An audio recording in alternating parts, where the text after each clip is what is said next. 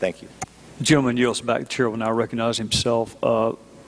Madam Attorney General, I want to tell you I enjoyed visiting with you recently, and I want to thank you for Sally Yates' recent trip to South Carolina, which was very well received. There are three areas I want to cover with you. First would be Mr. Kadzik's letter to Congress recently, and I'm going to paraphrase one of the paragraphs, but it's a pretty close paraphrase. The IRS mishandled tax-exempt applications in a manner that disproportionately impacted conservative groups. I read that to mean that he found a discriminatory effect. In other words, there were similarly situated people, but there was a disparate impact on conservative groups. That's, I think, the only way to read that paragraph in Mr. Kadzik's letter. He then wrote, it left the appearance that the IRS conduct was motivated by political, discriminatory, corrupt, or other inappropriate motives. So you have a discriminatory effect, but he said the cause, the motive, was mismanagement as opposed to a crime.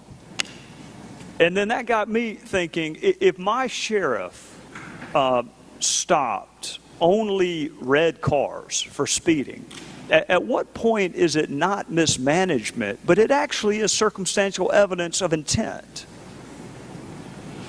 Well, with respect to the actions that you referred to, Congressman, I think you certainly are accurate when you indicate that our letter noted that the groups that had complained were treated differently from other groups, and they were also treated in a way that did not advance their applications. They were treated badly.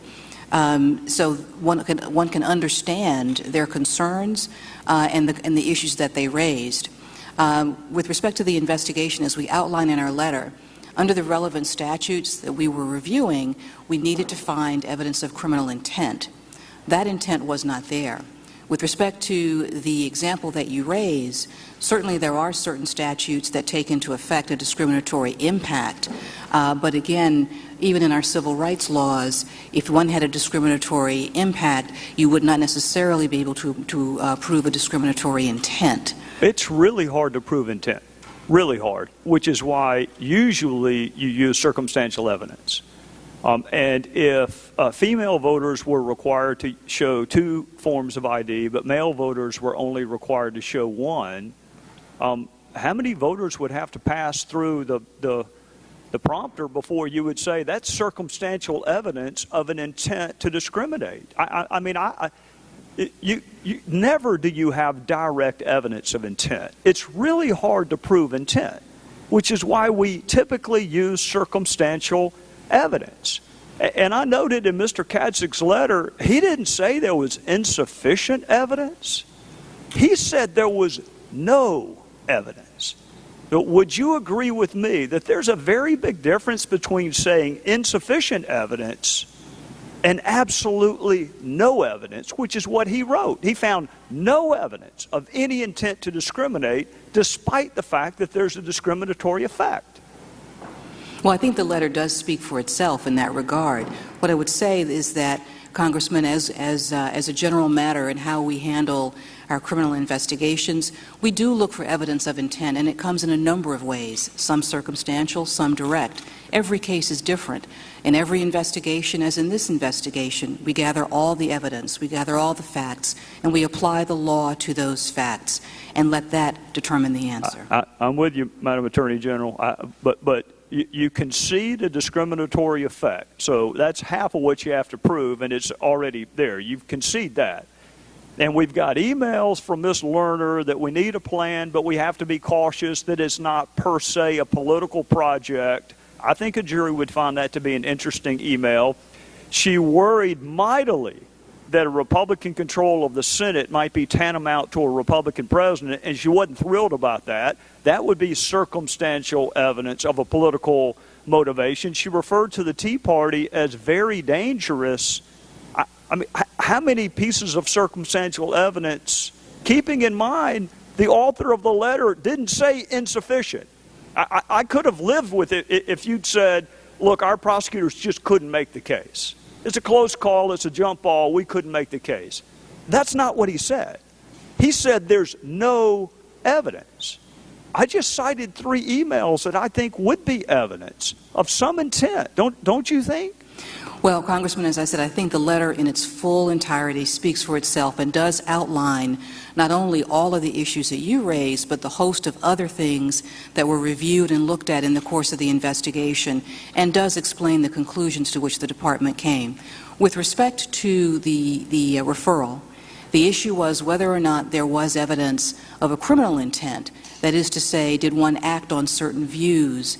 Was that the reason for the actions? And as we've noted in our letter, and that we've offered to have in further briefings with you, we did not find evidence of that through the 1 million pages of documents and hundreds of witnesses that were interviewed. I would love to take you up on that offer for a private debriefing, because I need somebody to explain to me the difference between specific intent and general intent, because as I read her emails, even some of the mediocre prosecutors on this panel, I think, could get to a jury given the evidence that they have. I want to touch on 2 other issues, and then, because there's a trend of going over, I would invite you at some point, and this is going to be a bipartisan comment, because this goes back to 2004. And 2004, there was a Republican administration. If you look at the firearms prosecutions from 2004 to 2012, you're going to be shocked at how few prosecutions there were, not for 924C, not for firearms offenses that happened during a crime of violence, but I mean lying and buying, selling a gun to somebody who's been adjudicated mentally ill, somebody who's been committed. There were 22 guilty adjudications over the course of 9 years for people possessing firearms who were users or addicts of drugs. 22 in 9 years. So when I hear my friend from Florida talk about the need for more gun laws, yes, we're going to say, how are you doing with the ones you currently have? And I would invite your attention to this chart, which came from former Attorney General Holder, provided it to us. I think you're going to be shocked at how few. And I get that there's not much jury appeal. Trust me, I get that it is hard to go in front of a jury in a lying and buying case. But you noted earlier the focus on firearms cases in the context of violent crime.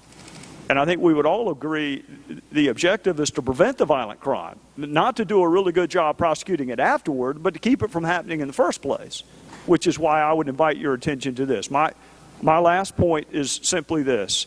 You have been asked repeatedly this morning to comment on ongoing investigations, and you always give the same answer.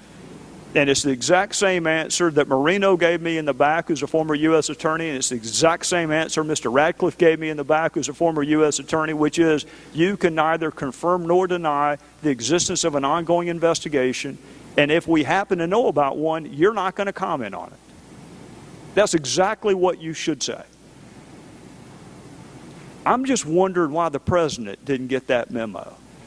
And you may, in your well of souls, believe that it does not impact Director Comey or you, and it may not. But I promise you it impacts the perception of my fellow citizens when the person who is responsible for executing the laws in this country prejudges the outcome of investigations. It may not impact the reality. I promise you it impacts the perception. And that's equally dangerous. And with that, I would recognize a gentleman from Illinois, Mr. Gutierrez. Thank you very much, Mr. Chairman. And welcome, Attorney General. Thank you, sir. I posed the same question to the FBI director. I want your advice, and I'd like to work with you. In my hometown of Chicago, there are 40, 50 shootings any given weekend. That's a whole classroom of children. And it's unacceptable. And we need more federal action, I think. Because whatever we do in Chicago, according to a city report from the mayor's office and the Chicago Police Department, 60% of the guns are coming from Wisconsin, Indiana, and Mississippi, all states that have weaker gun laws than the city of Chicago does. We know this thanks to the Chicago Police Department's tracking of trace data, meaning that the Chicago Police Department traces every single gun it recovers to determine whether it was originally sold and how it may have entered the illegal market.